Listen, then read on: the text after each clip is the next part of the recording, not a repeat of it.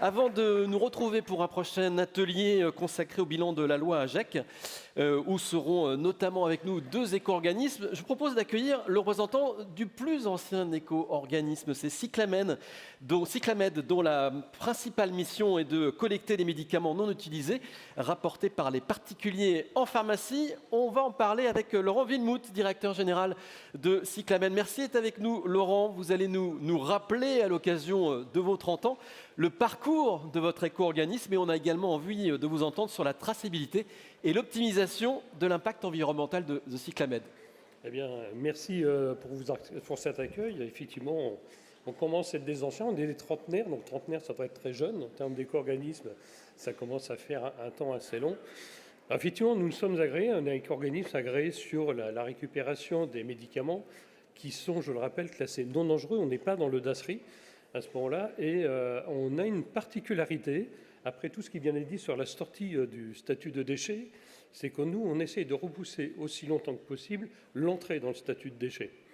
Je m'explique, quand la patiente ramène son médicament à l'officine, c'est bien un médicament non utilisé, donc il a un statut de médicament. Et donc il est sous responsabilité pharmaceutique du pharmacien. Puis il est collecté par les grossistes répartiteurs qui sont des entreprises pharmaceutiques, des établissements pharmaceutiques. Donc il garde son statut de médicament. Et il est stocké à ce moment-là chez eux dans une benne. Alors jusqu'à présent dans une benne, je vous en parlerai après. Et quand il est dans cette benne, c'est toujours un statut de médicament. C'est seulement quand on va fermer la benne, on va dire ensemble, et l'envoyer vers une usine de valorisation énergétique qu'on prend le statut de déchet. Alors pourquoi cette nuance? C'est que il y a deux circuits. Il y a un circuit de responsabilité pharmaceutique qui engage, on va dire, le diplôme des pharmaciens. Et puis, quand on va partir en unité de valorisation énergétique, puisqu'on a une obligation réglementaire d'incinérer la totalité des médicaments, à ce moment-là, on va rentrer dans le statut de déchet.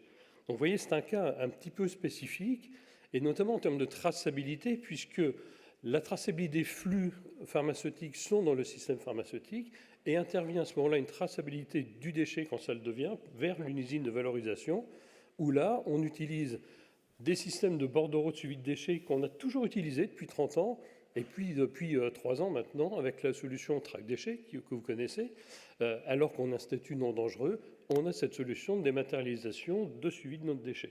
Donc vous voyez, nous on a une particularité, c'est qu'on essaie d'y rentrer le plus tard possible. Pour autant, effectivement, on l'a dit à plusieurs reprises, le déchet non dangereux n'est pas un déchet sans effet, et particulièrement le médicament. Le médicament, on a bien conscience du risque sanitaire du mésusage du médicament et le risque environnemental du médicament qui serait jeté dans les toilettes ou autre. Ce qui, heureusement, est très peu le cas, hein, puisque quand on fait nos études d'impact, moins de 1% des gens déclarent le faire. Mais ce médicament, on se doit à ce moment-là de le gérer et de le gérer au mieux. Et on a des évolutions qui sont faites depuis maintenant un certain nombre d'années, depuis pratiquement 8 à 9 ans. Par exemple, on demande à notre patient d'enlever la boîte et la notice. C'est simple, mais aujourd'hui, boîte et notice, ça se recycle extrêmement bien. Donc ça peut même, dans certains cas, effectivement, sortir du statut de déchet de manière à ne récolter que la partie du médicament. Donc c'est ce que nous faisons. Et on a une amélioration significative puisque aujourd'hui, on constate, quand on caractérise ce qu'il y a dans nos cartons, la quasi-disparition des boîtes et des notices au profit, simplement, on va dire, du flacon, de la plaquette qui sont à l'intérieur.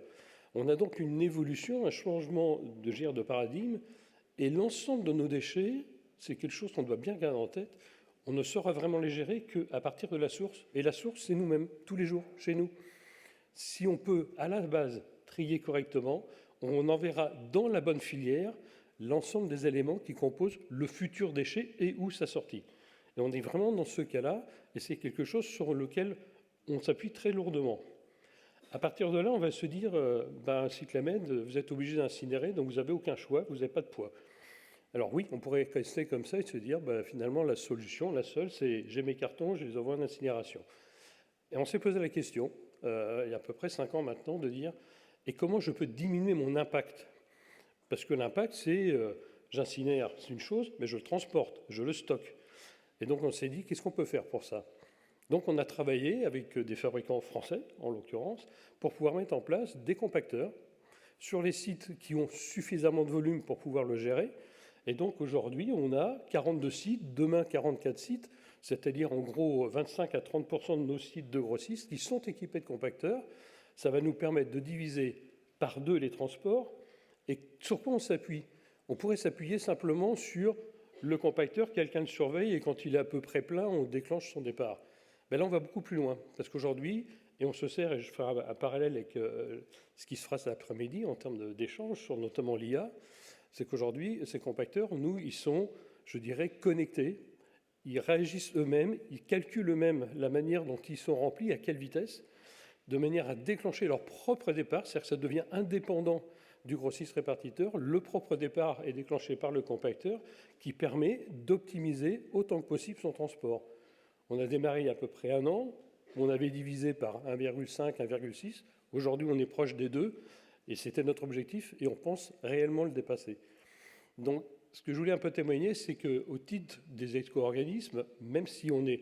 Alors nous, on est petits par rapport à certains de nos concurrents, nos camarades, je dirais plutôt. On n'est pas concurrents. Je vois René Pierre en face. Mais du coup, on essaie néanmoins de trouver la manière d'avoir nos impacts les plus faibles. Aujourd'hui, on avait ces fameux bordereaux dont on vous parlait, c'était 6500 courriers par an. Alors 6500 courriers avec 3 feuilles, vous faites le compte, on n'a plus rien. Ça, c'est terminé. On dématérialise notre compta, on essaye de ne plus avoir d'impact entre guillemets dans tout ce qui est la partie papier et compagnie. Alors, il restera ce fameux impact numérique. Et le poids de l'impact numérique, c'est vrai. Après, c'est aussi une gestion en interne. C'est réduire, par exemple, vous avez, j'en sais rien, un fabricant qui a 10 factures par mois, on lui demande d'en faire qu'une. Donc, c'est aussi travailler sur ces éléments-là. Donc, voilà un peu le témoignage que je vous amenez, vous apporter cette entrée de déchets le plus tardif possible et néanmoins diminuer autant que possible son volume pour avoir un déchet le plus qualitatif possible pour pouvoir le gérer de manière correcte. Merci beaucoup. Merci Laurent Villemoud, directeur général de Cyclamed.